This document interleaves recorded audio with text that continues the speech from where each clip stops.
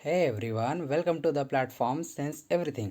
सो आज हम C programming के बेसिक्स पर वीडियो नंबर 13 लेकर आ चुके हैं। जी, जो आज का वीडियो है वो बहुत इंपॉर्टेंट होने वाला है, बिकॉज आज हम सीखेंगे swapping of two numbers using third variable. यानी कि दो नंबर होगा, उसको स्वैप करेंगे, यानी कि उसके वैल्यूज़ को एक्सचेंज करेंगे तीसरे वेरिएबल की सहायता से। सो आज का वीडियो इंपॉर्टेंट है, तो आखिरी तक देखते रहिए और समझते रहिए। अच्छे से एक्सप्लेन करूँगा। So let's get started. So as you can see, हम लोग अपने फ़ोन के स्क्रीन पर आ चुके हैं। सो पहले हेडर फाइल डिक्लेयर करते हैं, जैसे hash include studio dot H. उसके बाद करेंगे हम लोग हैश इंक्लूड कोनियो, कोनियो लिख देते हैं, फिर डॉट एच हो गया। उसके बाद हम लोग सिंपली इंट मेन लिखेंगे, because this is not a system. So हम लोग यहाँ पर इंट मेन यूज़ करते हैं। इंट मेन के बाद हम लोग सिंपल करली ब्रेसेस ओपन करते हैं।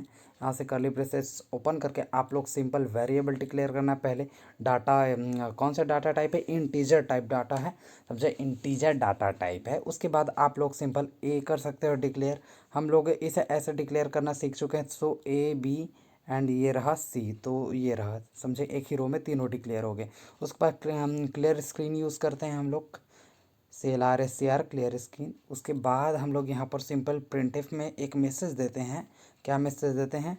प्रोग्राम फॉर क्या? Swapping, program for swapping using, यहाँ सिंपल है, ऐसे लिख लो, थर्ड वेरिएबल। इसका मैसेज आप लोग अपने हिसाब से और लिख सकते हो, पूरा करने की ज़रूरत नहीं है बाकी।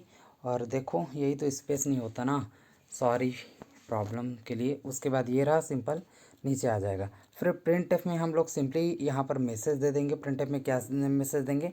Enter the value of A. Enter the value of A, यहाँ पर दे देंगे /t, बिकॉज हम लोग यूज़ करने वाले हैं स्कैन एफ का, तो हम लोग 8 दूनी 16 कैरेक्टर दूर जाकर प्रिंट हो, ताकि अच्छे से दिखे, ठीक। उसके बाद हम लोग सिंपल से स्कैन एफ यूज़ करेंगे। यहाँ पर स्कैन एफ में हम लोग क्या लेंगे? फॉर्मेट स्पेसिफायर %d लेंगे।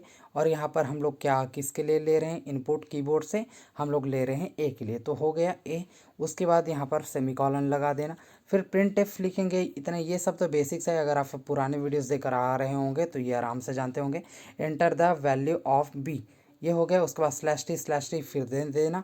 वो आपका मन है, अगर एक बार /t देना चाहो तो एक बार भी दे सकते हो, लेकिन मेरे को मैं दो बार दे रहा हूँ ताकि अच्छे से दिखे। उसके बाद ये रहा स्कैनअप, फिर से यूज़ किया। यहाँ पर डबल कोट डालना मत भूलना। डबल कोट के अंदर में हम लोग पहले फॉर्मेट स्पेसिफायर, उसके बाद कॉमा करके हम लोग एम परसेंट के बाद क्या लिखते हैं? बी, जिसके लिए हम लोग इनपुट ले रहे हैं। ये रहा, ये दोनों हो गया, ठीक। उसके बाद हम लोग क्या लेने वाले हैं? देखिए, हाँ, उसके बाद हम लोग क्या लेंगे? उसके बाद फिर से प्रिंटफ लेंगे। प्रिंटफ अब क्यों लेंगे? प्रिंटफ में क्या मैसेज देंगे? ये देखिए कि बिफोर स्वैपिंग सबसे पहले दर्शा दो, ताकि ये अच्छा से दिखे, क्लियर हो। बिफोर स्वैपिंग लिखना बहुत ही ज़रूरी है। बिफोर स्वैपिंग हो गया। बिफोर स्वैपिंग क्या यहाँ पर था? सबका वैल्यू सब, चलिए लिखते हैं हम लोग। पहले value of A before swapping क्या है? नहीं, देखिए, हाँ, हम लोग स्कैनफ यूज़ करके बना रहे हैं, ताकि हम बहुत सारे किसी भी नंबर का इनपुट लेकर हम उसे स्वैप करा सकें। इससे यहाँ पर देखिए value of A before swapping यहाँ से दर्शाई गई है, वैल्यू ऑफ ए। उसके बाद is equal to format specifier डालो %d, उसके बाद /t कर दो। /t मैं डबल कर दिया। उसके बाद यहाँ पर वेरिएबल को हम लोग डिक्लेयर करेंगे, वेरिएबल को नेम को ए के लिए, ठीक। ये हो गया ए। उसके बाद हम लोग दोबारा एक बार प्रिंट एफ लिए। प्रिंट एफ में, इस प्रिंट एफ में हम लोग क्या लेंगे? यहाँ पर होगा value of B, value of B. अब यहाँ पर हो जाएगा इज इक्वल टू, यहाँ पर फॉर्मेट स्पेसिफायर सिंपली डाल देना %d, उसके बाद /t। उसके बाद ये रहा, हम लोग यहाँ पर फिर से बी के लिए ले लिए, ठीक। बी वेरिएबल का डिक्लेयर कर दीजिए। उसके बाद मेन चीज़ यहाँ से होता है फार्मूला स्टार्ट। फार्मूला स्टार्ट, तो आपको मैं एक चीज़ दिखाता हूँ, देखिए। देखो, आपको एक चीज़ दिखाता हूँ, बोला था ना, C इज़ इक्वल टू ए। पहले देखते जाओ।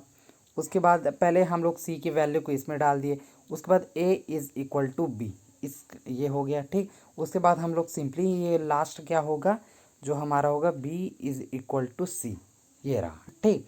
अब इसका मतलब क्या निकल रहा है, ये मैं आपको चलिए बताता हूँ स्क्रीन पे, देखते रहिए।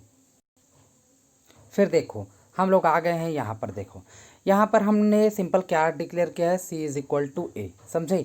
सी is equal to A declare किया है हमने यहाँ पर। अब देखिए सबसे पहले हम लोग काम क्या करेंगे, यहाँ पर आप सिंपल देख सकते हैं यहाँ पर कि हमारा a इज़ इक्वल टू कितना लिए हैं हम लोग, 5 लिए हैं। b इज़ इक्वल टू कितना लिए हैं, 3 लिए हैं, ठीक। तो अब हम लोग ये डिब्बा बना लेते हैं, 3 ठो। पहला a हो गया, 1 डिब्बा, 2 डिब्बा और 3 डिब्बा। पहला हम लोग a के लिए बनाए हैं डिब्बा, सेकंड b के लिए बनाए हैं डिब्बा और तीसरा हम लोग c के लिए बनाए हैं डिब्बा। a में 5 है वैल्यू, b में 3 है वैल्यू और c डिब्बा खाली है। सॉरी यहाँ पर थोड़ा गलती हो गया, c खाली है। तो अब एक बात याद रखना, हमने क्या लिया यहाँ पर, c इज़ इक्वल टू 1, यानी कि हम जो a की वैल्यू है उसको c में डाल देंगे। तो जो ये a का ये 5 है वो सीधा चला जाएगा। देखिए रुकना, इसे मैं मिटा देता हूँ ये सारी चीज़ें, ठीक। उसके बाद आपको अच्छे से समझ आएगा। और तो देखिए हम लोग क्या करेंगे, हम लोग कि जो ये a की वैल्यू है 5 उसको c में डाल देंगे सबसे पहले। यहाँ पर इसे देखकर आप समझ ही सकते हैं, c is equal to A, समझे। तो उसके बाद क्या करेंगे, उसके बाद यहाँ पर देखिए हमारा ये डिब्बा खाली हो गया, ए खाली हो चुका है, ये 5 बी सी में आ चुका है और 3 बी में, तो 3 ही है, ठीक। उसके बाद क्या करेंगे, ये हम लोग क्या लिए हैं, उसके बाद फार्मूला ही समझो इसे, a is equal to B, यानी कि जो b की वैल्यू है उसको a में डाल दी है। यानी कि देखो ये 3 आ गया इसमें, यहाँ था, 1 मिनट फिर से मिटा दिया जाए ताकि आपको अच्छे से समझ आए। मैं पूरा क्लियर करना चाहता हूँ ये सारी चीज़ें आपको। तो हम लोग क्या किए उसके बाद कि जो ये b की वैल्यू 3 है, इस b में 3 था उसे हम लोग ने a में डाल दिया, ठीक। और c में तो 5 है, a का पहले डाल ही दिए। अब क्या हो गया यहाँ पर देखो कि a की वैल्यू 5 थी वो c में चली गई है, b की वैल्यू 3 थी वो a में आ चुकी है। अब कौन सा खाली है, यहाँ पर सिर्फ b खाली है। तो क्या सिंपल आपको दिख ही रहा है कि ये हम लोगों को इन दोनों की वैल्यू को चेंज करना है, a और b की। तो ये जो c में जो 5 है उसको हम लोग सिंपली अगर b में ले आते हैं तो ये दोनों हमारा कंप्लीट हो जाएगा कि b की वैल्यू a में आ गई, a की वैल्यू b में आ गई। तो आई होप आपको समझ आया होगा। इतना बहुत ज़्यादा डिफ़िकल्ट नहीं है स्वैपिंग का प्रोग्राम, लगता है भले से लेकिन डिफ़िकल्ट नहीं है।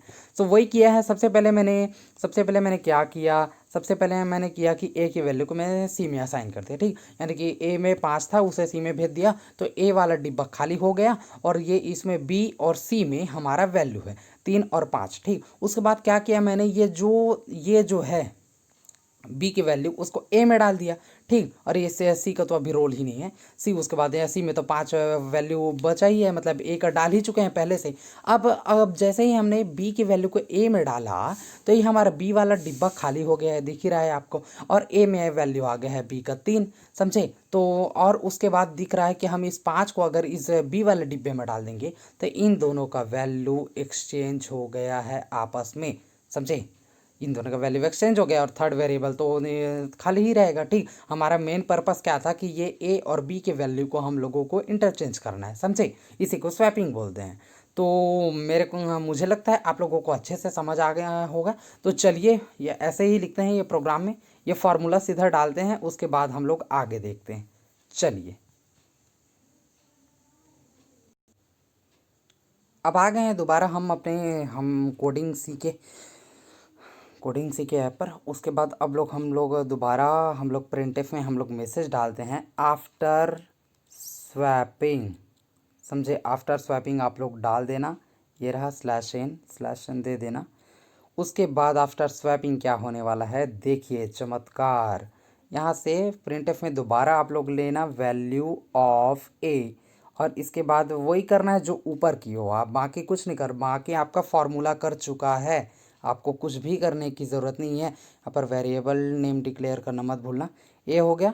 और यहाँ पर सेमीकॉलन और यहाँ पर प्रिंटफ में हम लोग दोबारा करेंगे और प्रिंटफ में हम लोग लिखेंगे value of B is equal to, मज़ा आ रहा होगा, मुझे खुशी होगी अगर आपका कुछ भी हेल्प होता है इस वीडियो से, कुछ भी क्या हेल्प तो होगा ही होगा, ठीक है।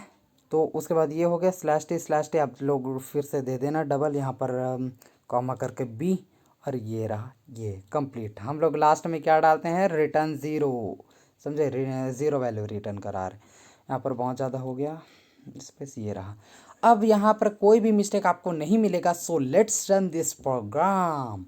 चलिए कंपाइलिंग, पहला देखिए program for swapping using third variable, थोड़ा वो हो गया तो देख लेना। वैसे इससे ये नहीं है, आपको ये हो जो होगा वो देखना है।